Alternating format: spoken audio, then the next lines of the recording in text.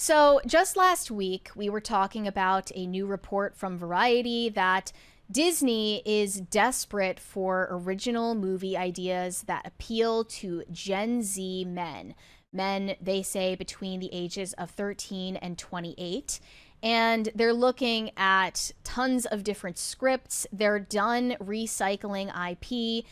The problem is, I don't think they've quite learned their lesson yet. I don't think that Hollywood collectively has actually taken a turn for course correction here, because they continue siphoning the IP that is well loved by men in general, but specifically young men, and ruining it seemingly on purpose out of spite for that demographic. You could even read a slight barb in the Variety report against the very Gen Z men that Hollywood is trying to appeal to, where they call them gaming obsessed. Like they're some kind of freakazoids. You can for smell playing them video from games. here. Yeah, it was definitely a pointed remark, and you can feel that animosity emanating from every decision that Hollywood studios make these days. It's not really changing in any noticeable way. And the latest example of that is the spin-off TV series that is going to go on Amazon called Blade Runner 2099, not 2049, 2099. And it's not going to feature Ryan Gosling, so don't get your hopes up. They announced that it will be starring Michelle Yeoh and Hunter Schafer. If you're not aware, Hunter Schafer is the trans female identifying male actor who got his start on Euphoria on HBO Max, and Michelle Yeoh is most known for Everything Everywhere All at Once. But they literally stuck to the formula. Put a chick in it, make it gay. They literally stuck to the South Park meme. And people are very unhappy about this. Someone pointed out, do people still think the purpose of Hollywood is to make money? And that's a really profound point if you think about it, because they're not all that concerned with making money off of subscriptions or movie tickets anymore. The point is to take something that is cherished by a specific demographic that they despise and destroy it for their own sense of satisfaction. That's what they're doing here. Blade Runner 2049 was a massive success amongst a cult following of Gen Z men when it came out in 2017, or was it 2018? I forget now. I think it was 2017 though. At the time, I watched it in theaters because it was getting so much attention online, and I didn't get the appeal at all, but I figured, okay, I guess that young men like it, and it's not for me. Like, that's the line that they trot out so often, right? It's not for you. Well, it wasn't for me. And young men loved it. They loved that take on the franchise. And it was recycled IP in the first place, but a lot of people felt it was an improvement. Another response said they released these dog shit sequels as revenge for the fact that you enjoyed the last movie the wrong way. And there was a significant discourse at the time that Blade Runner 2049 became incel kino. That incels valorized the protagonist of this movie, and they're wrong to do that. We have to, in some way, punish them for liking this movie in a way that we didn't specifically approve. And the same exact thing happened with Joker. The pattern just keeps recycling over and over the same thing. The Boys had a similar, not specific to Gen Z, but The Boys got an audience that they weren't a fan of. They didn't like the fact that they liked this character that's supposed to be the bad guy. Now we'd have to get into the whole discussion about media literacy and whether you're liking the entertainment you like in the approved manner in which the douchebags in Hollywood tell you to like it.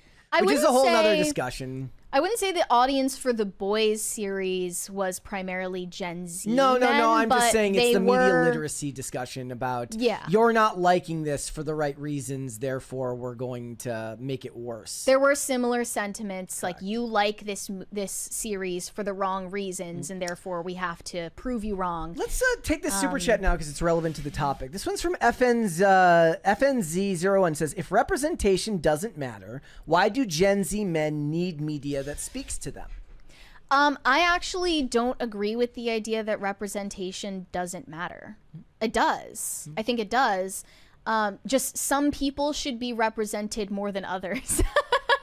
And if your representation is in the realm of gender ideology that you've embraced, or some obscure disorder, if you want to feel represented in something that very few people objectively relate to, like some obscure handicap or like vitiligo or something, yeah, like you legitimately should receive less representation, because basically when art is commerce, they have to represent a group that is actually going to come out and support it. So when there's a movie that resonates with young men, that's a large enough demographic where it actually makes sense to make something that appeals to them and represents them. Also, the idea that representation doesn't matter is more in the line of, this is already a property that existed with a specific person that was the star, whether it's the original or the sequel. Both had men there. But if we were talking about a brand new science fiction property, it should not prevent you from liking something just because it has a female protagonist. That's not the issue. The issue here is that it's taking something that was already once one thing and turning it into something other than that for, at least as the interpretation is here, nefarious reasons. And by the way, these men... I liked Agatha. I have zero representation in that show. Yeah. It doesn't matter. But these men didn't watch Blade Runner 2049 and feel represented because Ryan Gosling is a white man. That's not what happened. It was actually the substance of the story that they told in that movie that made them feel represented. So that is an entirely other conversation. I get the super chat, but it feels like they're different discussions. Yeah, when people on the left say representation matters, they are not talking about stories that represent and resonate with people. They're just talking about surface level markers like your skin color. So a similar thing happened with Joker in 2019. It was a massive success. Young men loved this movie, but they loved it for the wrong reasons. Yeah. So Hollywood had to essentially issue a mea culpa for the success of the 2019 Joker with the sequel, A Folie à Deux. They literally put a chick in it and made it gay. I mean, that was more, they felt that Todd Phillips, felt that way. I don't he never said anything to suggest but that. David Zaslav wasn't saying put a chick in it and make it gay. David Zaslav just wants to make as much money as possible. But that is objectively what happened. They did put a chick in it in the form of Lady Gaga, and they did make it gay by, first of all, showing Arthur Fleck in a gay kiss scene, and also heavily implying, if not outright showing, that he got gang R-worded in prison. So they also stuck to the South Park formula for that one, just to say, take that, you incels, we ruined another thing that you like. And I can only predict that the same exact thing is going to happen with the American Psycho remake that is currently in development. I think they announced it in February of last year. I believe they announced that Austin Butler was on the project to star as Patrick Bateman. I don't think that they have the creative chops to remake it in a true-to-form fashion or make any improvements on it. People have pointed out recently, just in the last couple of days, that they're dreading this movie coming out. One said, an American Psycho remake has nowhere to go but down because no actor can recreate the things Christian Bale pulls off in this film. His performance cannot be replicated by any actor in the industry right now. Remaking this film is a fool's errand. Another person pointed out American Psycho does not need to be remade.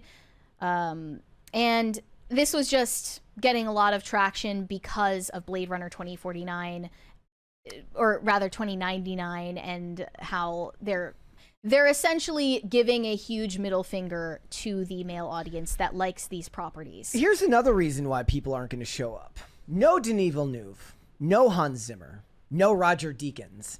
Everything that gave the movie its artistic style, its pacing, its music, its visual identity, it will be replaced by surface level, basic bitch art slop created by a studio that has all the money in the world but can't afford to get the people that are going to be working on movies, not television shows. From the studio that brought you Rings of Power.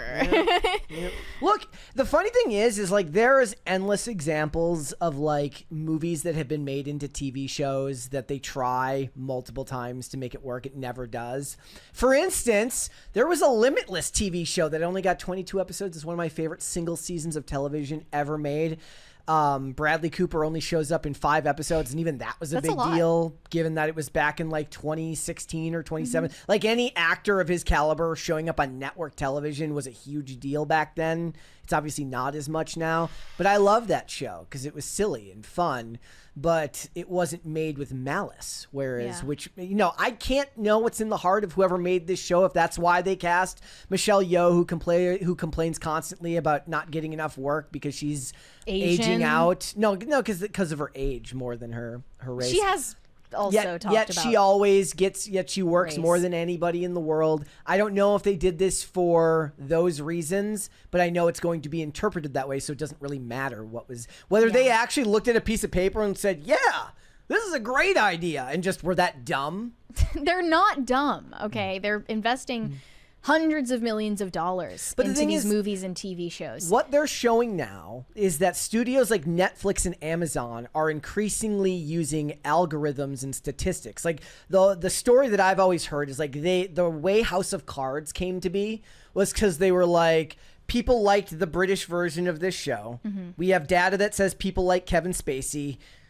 Ipso facto, Columbo. Make them kiss. We're gonna put them together, and it's gonna like they're, you know, people complain a lot about how companies like Apple and Amazon are going the way of algorithms, and they're using algorithms to create their entertainment. I do believe that they could literally be so dumb. They're like, Michelle Yeoh was in that Everything Everywhere All at Once. People like that movie.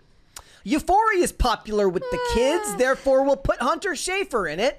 And then some executive, you know, some mid-level executive who is, you know, one of those dreaded woke-tivists that's like, yeah, do it. Perhaps there is a shade of that, like just algorithmic taste making, but I do suspect it has more to do with spite and with malice from the part of the executives and creatives, mainly the creatives in charge there. And that's just something that we've seen in a pattern so many times, I can't discount it. I guess sometimes when I think of things, I'm like, whenever they get it right to me, it feels like they got lucky. So I also believe that what's happening is, yes, there might be a lot of examples of like pure malice, especially like the Todd Phillips Joker one. That seems like a really specific example. But it's like when they get it right and I chalk that up to luck, that means that I have to believe that they're getting it wrong most of the time. Is like the house is against them. They're dumb. And the big examples are still there. But with the amount of stuff that's pumped out by these studios all the time, sometimes I wonder how much of it is malice and how much of it is just them being stupid. It wasn't just the put a chick in it and make it gay formula in Joker either. Yeah. It was a full-on humiliation ritual against the character of Arthur Fleck and everything about that character that young men watched and related to. That was really the point of it all. That's why he had this, sorry if this is a spoiler for you, like he had this humiliating death at the end of the movie. And that feels like a pointed attack very clearly. And you just know that he was that was Joaquin Phoenix was like, oh, this is great.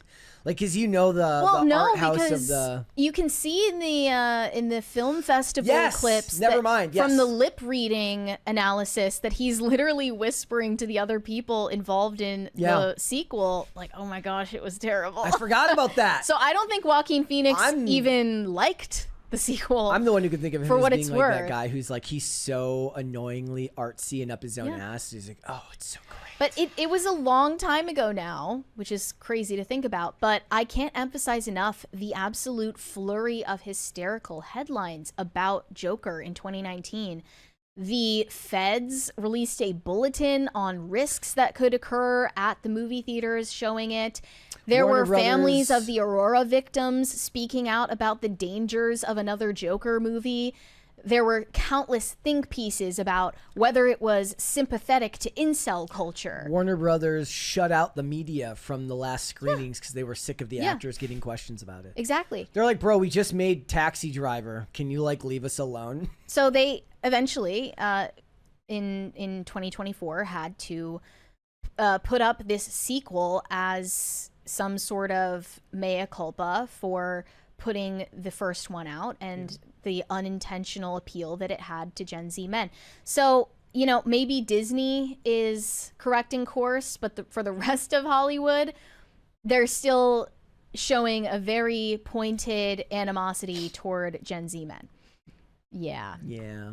This is what we're in for. Cracker barrelification of everything you love. Thanks for watching. Listen to full episodes of Pop Culture Crisis on Spotify. Keep up with us on social media and make sure you subscribe and ring that bell so you never miss the show. Bye, guys.